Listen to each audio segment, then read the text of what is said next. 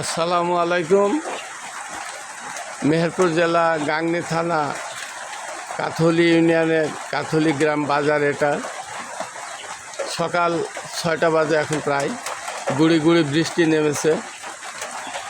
দেখেন বাজারে একটি লোকও নেই, দু একটা চায়ের দোকান আর একটা হোটেল খোলা আছে, কোনো লোকজন বাজারে নেই।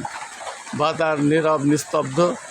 চতুর্দিকে দেখেন গাছপালা দাঁড়িয়ে আছে, কোথাও একটু বাতাস নেই। মনে হচ্ছে যেন প্রকৃতি ঘুমোচ্ছে। কত সুন্দর মনোরম পরিবেশ।